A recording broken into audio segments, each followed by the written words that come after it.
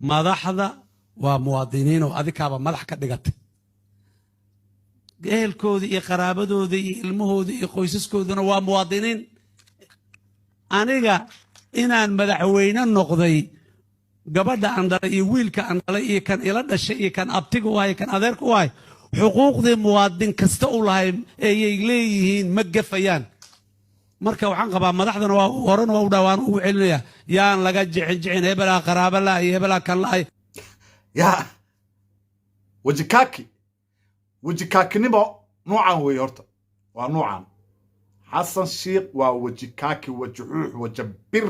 maxishooda weeye wuxuu la soo taagan yahay oo leeyahay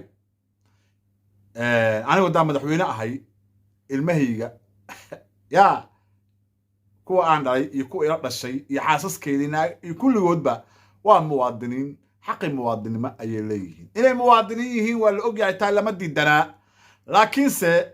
inaad ilihii dhaqaalaha oo muhiimka ahay aad ku tixdo xasan sheekhow aad yacni ka wada safto naagaada iyo carruurtaada iyo waxaad waalid ku ahayd iyo wixii kula dhashoo dhan ilaahay xaqiis miya ma xishoodo qofka mar hadduu iimaanka ilaahay ka qaado oo yacni u soo jeesto boobka ummadda soomaaliyeed haddii uu u soo jeesto horta ma xishoonayo waxa ay maalin kasta culimmada akrinaysana ma qaadanayo oo asaga yaaba isla saxan oo yacni yaa oo moodid inuu wuxuu ismoodaaba inuu quman yahay oo wuxuu leeyahay dhag jalaq loo siinin waxaasi yaa dhag jalaq loo waa nin hadda xishoodkii ka dhex baxo halkaa ka istaagay oo yidhi xishoodii aniga isma naqaana nin yiri weeye haddii marka madaxdii marka dalka yacni sidaasay u hadlayaan oo dadkoodii iyo ehelkoodii iyo naagahoodii iyo carruurtoodii iyo walaalahood ay u dhiibayaan xilalkii muhiimka ahay iyo meelihii ilihii dhaqaalaha ahay ummaddii kale aawo marka xasan sheekhow ummaddii kale maxaad ugu tala gashay marka waa yahay markaa faamilkaada aad ka saftay yaa xilalkii hadda ummaddii kaleento maxaad u hambaysay maxaad u haysaa ummaddii kaleento xasan waa nin aan xishoonin waa nin aanan gaban waa nin aanan ceebaha iyo waxaan soo gaarayo yaa aan waxaa u jeedin dheg jarna aan u siinin sababtoo qofka waxay tidhahdaa soomaalidu waxay tidhahdaa qof meel u cad meeli ka madow ninkaan hantiyaa u cad beesa ayaa u cad ninkaan wax kale uma caddo rajo kale dalkaana kama lahan dib dambana ugu soo laaban maayo wax allaala wuxuu ka qaadan karo wax allaala wuxuu dhici karo wax allaala wuxuu boobi karo ayuu boobayaa hadda ba ilaah idinku dhaarsaya hadda hal sare iyo 2 bilood 3 bilood ayuu joogaa inta hadda guryo dhulal duduminaya waa aragteen waxaasoo dhan shirkado iyo kambariyaal ayuu ka iibsaday waa nin boob ah madaxweynaan ahay iyo cadaaladaan ahay iyo musuqaan la diriraa iyo masaajidaan ka dhex istaagaa iyo waxaasi waa sheeko waa filmaan weeye waa yahay diinta islaamka maxay ka qabtaa marka in madaxweynaha oo xilalkii u qaybiyo ilihii muhiimka ahay oo meelihii dhaqaalaha ugu fiicnay yacni dowladda oo muhiimka ahay inuu dadkiisa keliya oo u dhiibto oo ka wada safo diinta islaamku maxay ka qabtaa taas culimada ilaa maalin kasta way hadlaan waxaa inooga jawaabayo sheekh maxamed idriis ayaa arrintaasi ka jawaabayo kadib markii hadalladan xasan ka soo yeereen ayuu shiiqa arrintaasi ka jawaabayaa balaan dhegaysanna shiiqa oo nin walba oo meel mas'uul ka ah ay dadku ka arkaan inaanu ehelkiisa iyo qaraabadiisa wiilkiisa iyo walaalkiisa haddaan anigu hadda wasiir ahay ama aan mas'uul ahay ama aan xafiis joogo oo aan wiilkayga cabdiraxmaan maxamed idriis aan keensado walaalkay maxamuud maxamed idriisna aan keensado sidee dadka shacabka ay iigu kalsoonaanayaan sidee afkan aan ka iraahdo maxaan kuu sheegaayay musuqmaasuqaan la diriraya waa meeshii cumar ibn khataab radiallahu canhu annagana nala yiri raaca sunnat alkhulafaa araashidiin uu xataa markuu khilaafada ka tegayay wuxuu yidhi wiilkiisa cabdullaahi ibni cumar laguma soo dari karo yidhi war cabdullaahi de waa nin u dhigmo oo waa nin muwaadin ah oo waa nin saxaabadii ka mid ah oo waa nin caalim ah cabdullaahi ibni cumar ibn khataab wuxuu yidhi maya mana ku jiro mana lagu soo dari karo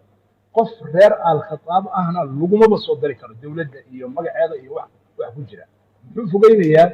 tuhmada iyo dadka ayuu ka fogeynayaa inaanay haba yaraatay soo gelin midda labaad waxa weeye inaan arrinku dowladaha yani sidii soo dhici jirtay mar walbaba arki jiray in arrintu siyaasad iyo iscayrsi iyo aarsi iyo waxyaalahaas aanay noqon ee ay noqoto waxa kanu rabitaan waana sida dowladaha hadda wasiirku afku ku dhiftay waana yaqaanaa adduunka dowladaha shanta wadan oo u horeeya weligeed waxaa soo gala 5 wadan baa isku bedelaya maxaa dhacay ma dhaxal baa loogu qoray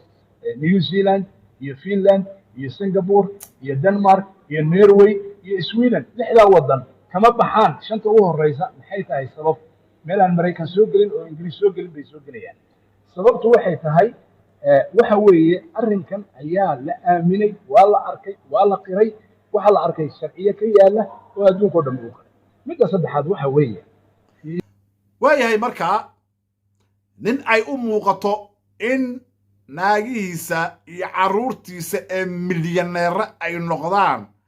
nimay uga dheggan tahay kursiga intaad ku fadhiso ka macaash familkaadana taajiriin ha ka noqdaan